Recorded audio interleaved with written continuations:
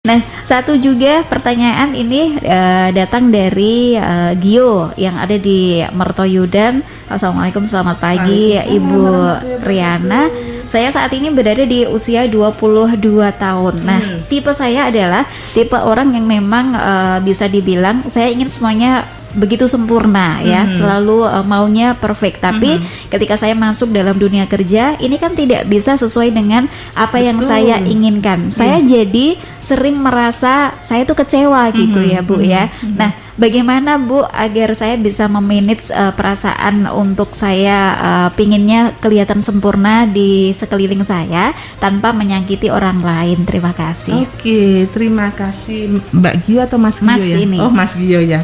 Oke, pertanyaan yang sangat bagus dan sepertinya sangat banyak dialami oleh kaum muda yang masih idealis, Mbak Nisa.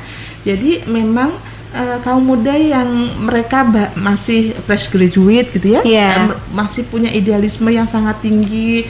Kemudian antara bayangan mereka ketika kuliah punya kondisi-kondisi ideal yang sesuai yang mereka harapkan gitu, biasanya memang akan sering mengalami ini Mas Gio. Jadi insya Allah Mas Gio bukan sendiri, tapi insya Allah banyak teman-teman yang pernah mengalami hal-hal seperti ini. Apa yang bisa dilakukan? Turunkan standar perfeksionisnya, karena memang orang perfeksionis itu jauh lebih banyak mengalami kekecewaan. Bahkan kalau misalnya tidak mampu untuk mengelola itu, bisa sampai mengalami gangguan mental, entah itu depresi, entah itu mungkin nanti gangguan-gangguan mental yang lain gitu ya.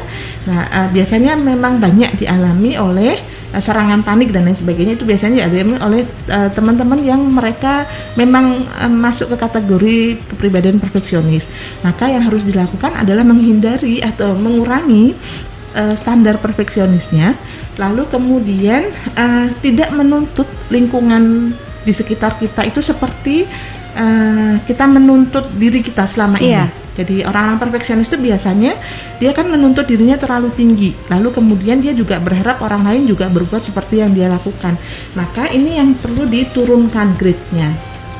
Nah, kemudian yang kedua, yang ketiga ya, setelah tidak berusaha untuk menurunkan standar, yang kedua menurunkan tuntutan-tuntutan baik pada diri maupun pada orang lain. Yang ketiga, berusahalah untuk bisa lebih berempati dan juga menjalin satu interaksi sosial supaya kita bisa melihat orang lain itu dari sudut pandang mereka gitu. Jadi kalau misalnya kita selalu ada di standpoint kita sendiri, maka biasanya kita tidak cukup mampu untuk memahami berbagai kondisi yang ada di sekitar kita, dan kemudian itu membuat kita menjadi semakin sering kecewa.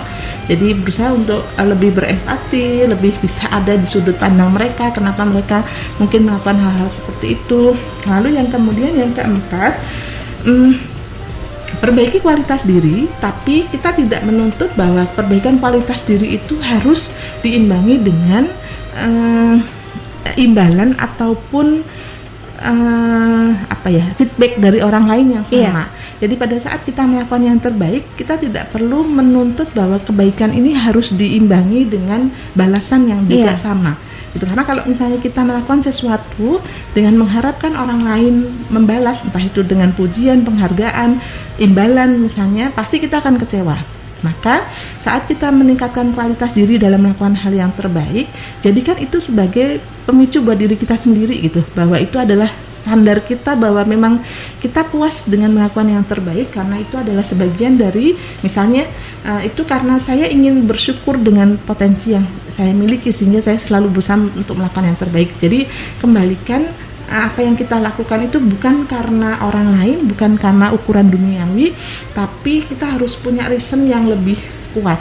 Nah, reason yang lebih kuat ini biasanya yang tidak mengecewakan adalah reason atau alasan-alasan yang sifatnya spiritual.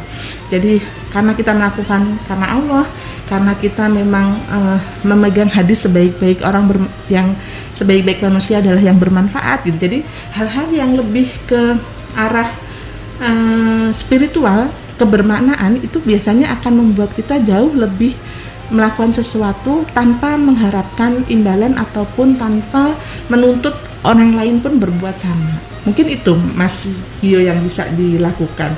Baik. Terima kasih Ibu Riana untuk penjelasannya pertanyaan dari Mas Gio tadi. Pokoknya harus tetap semangat ini Ibu ya.